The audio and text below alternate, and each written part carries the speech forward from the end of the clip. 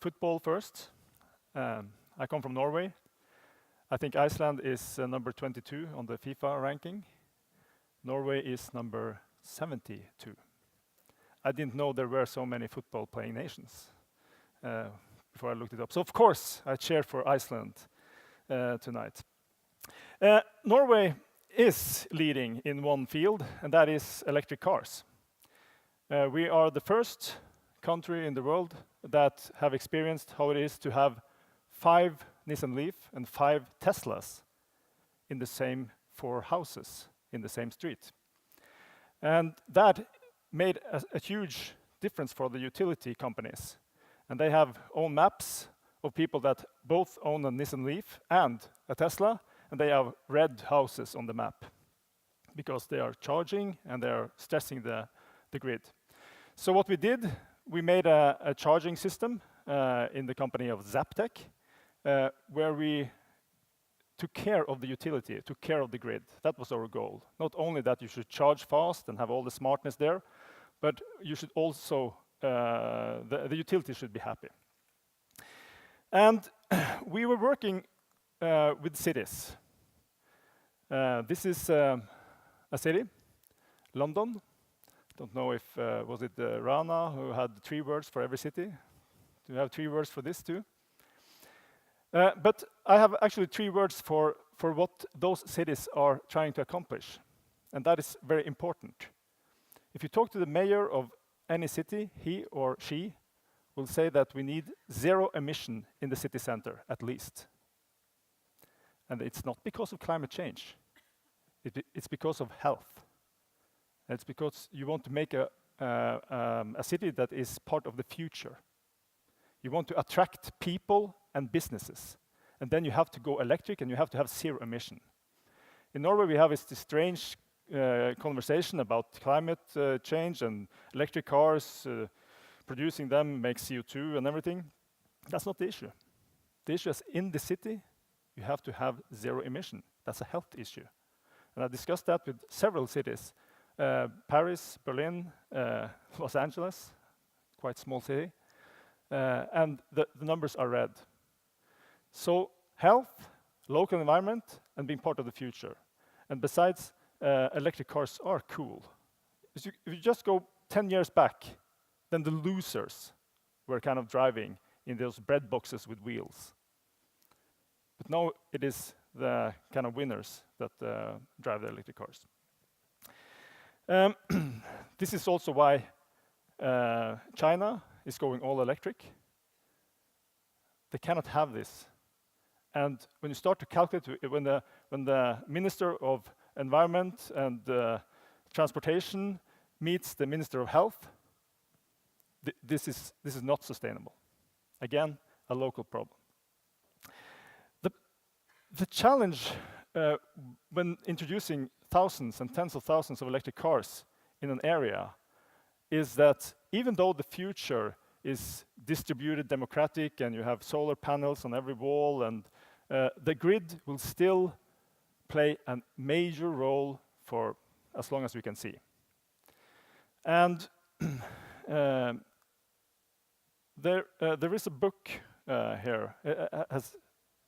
How many has read this book? Hands up. No, I guess so. So just note it down. That's your reading for next month. Bill Gates, he publishes 5 books that he recommends every year. And of course, as he gets older, it's getting more and more poetic books. But there was one technology book that he said everybody should read last year, 2016, and that was this, the grid.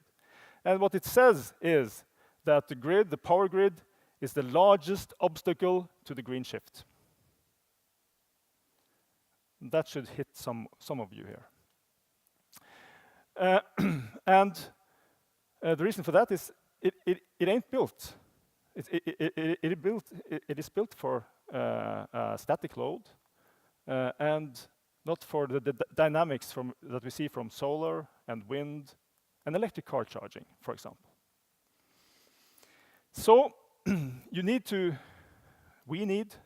go to make an electric grid, to upgrade the grid, so it can be sustainable, dynamic, and alive almost. We're talking about branding here.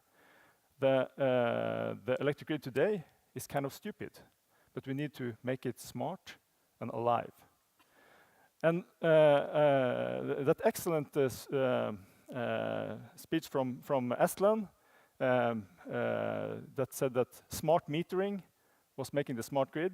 That's not quite true, but he's excused. And many people say that. To make a smart grid, you really have to instrument the grid, and you have to get data from the physical lines. So that is what my new company do. We are making sensors for the lines that you easily can connect to them, and then you get real data about the state and the dynamic line rating and everything you need to upgrade the grid, and you can save a lot of investment. Sales pitch. But in general, I mean, the 20 companies that do this kind of stuff, we are the best, of course, but there are lots of people looking at this, how you can instrument the grid.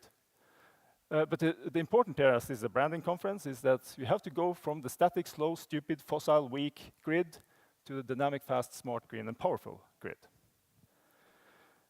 And then I will end this branding presentation with our new logo.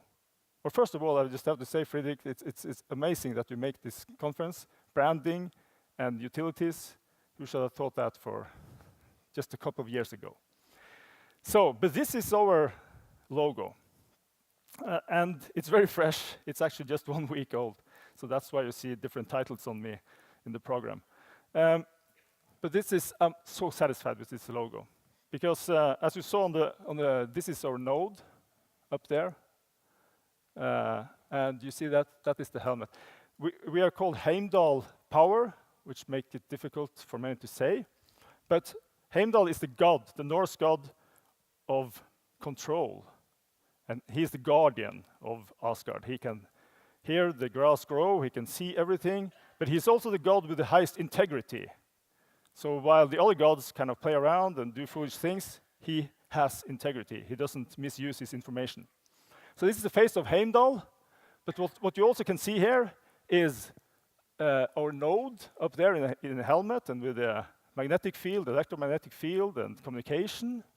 And you also see at least 3 types of monster masts, this high voltage poles in his face.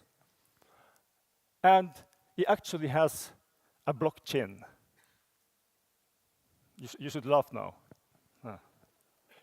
Not a blockchain, but a blockchain. Yeah, okay. I thought that was more funny. Okay. Thank you very much.